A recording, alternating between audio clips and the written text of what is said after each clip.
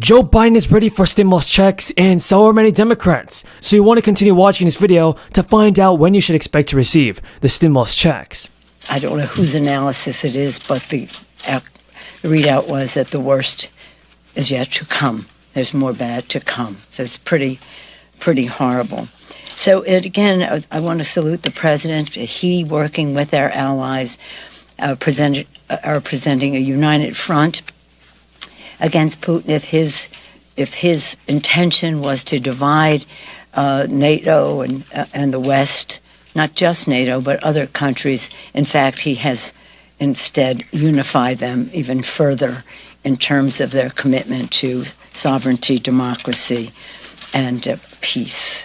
Peace. The tax credit debate has actually been occurring on both sides. Manchin has made his concerns clear about a new round of checks. Among Manchin's top concerns, which Democrats, everybody, have said they do not agree with. It's that people who are not working might receive benefits.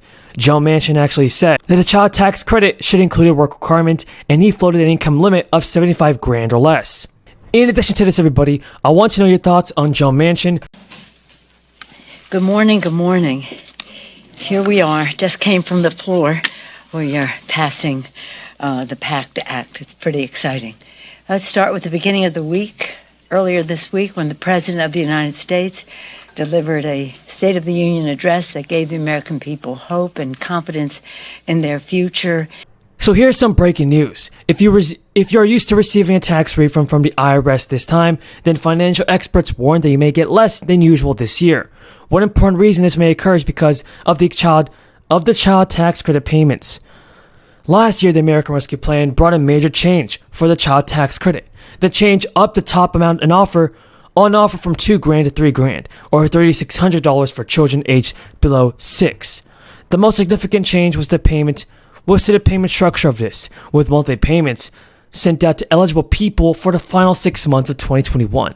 That meant that half of annual credit was sent out last year, and means that only $1,500 for older children will be available to claim as a tax credit. So folks, stimulus checks should definitely be approved, and President Biden should do something about this. If you guys agree, tell me in the comments down below. A brand new round of $1,500 stimulus checks will begin going out to people, and there are actually different requirements they have to meet in order to receive a $1,500 direct payment. So if you're on Social Security, SSI, SSDI, and official in Alabama, many workers in Alabama are now receiving bonuses of up to $1,500 through a stimulus package program. This is an example of states doing what it takes and sending out their own state stimulus payments, folks. This grant program was unveiled last November to help childcare providers recruit and retain staff as the industry dealt with the impact of the crisis.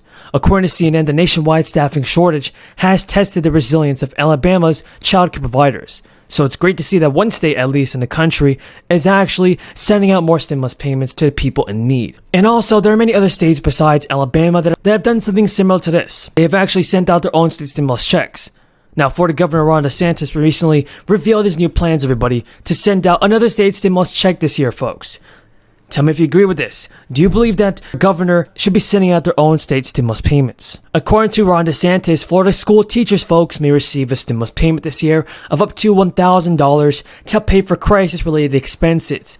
And everybody, hundreds of thousands of teachers and principals in Florida are set to receive this payment.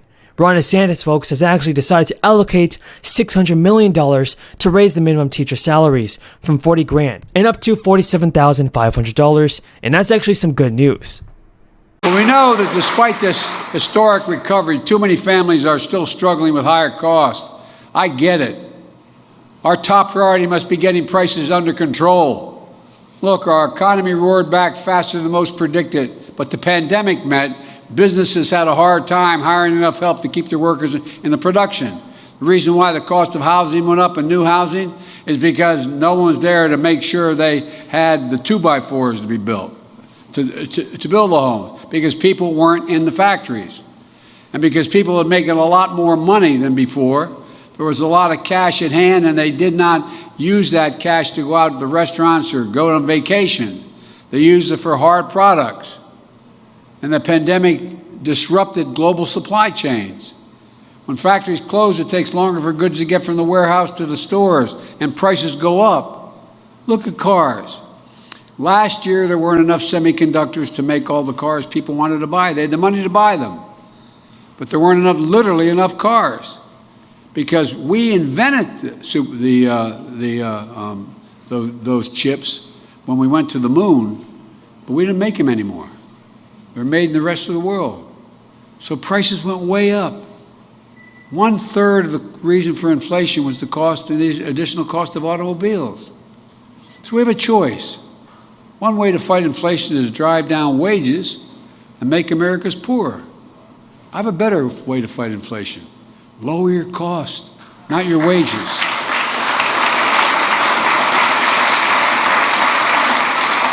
We're going to make more cars and semiconductors in America, more infrastructure and innovation in America, more goods moving faster and cheaper in America, more jobs that you can earn a good living by here in America. Instead of relying on foreign supply chains, let's make it in America again.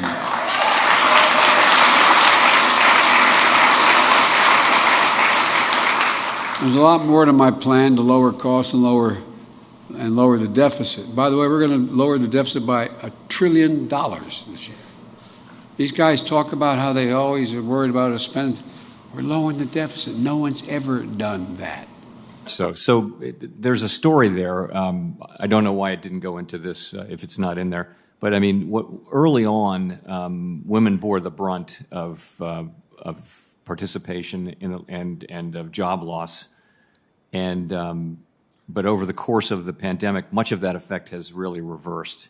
So you're back now to, I was looking at this earlier this week, if you look at the change in participation or unemployment for men and women, it's very hard to see any difference at this point.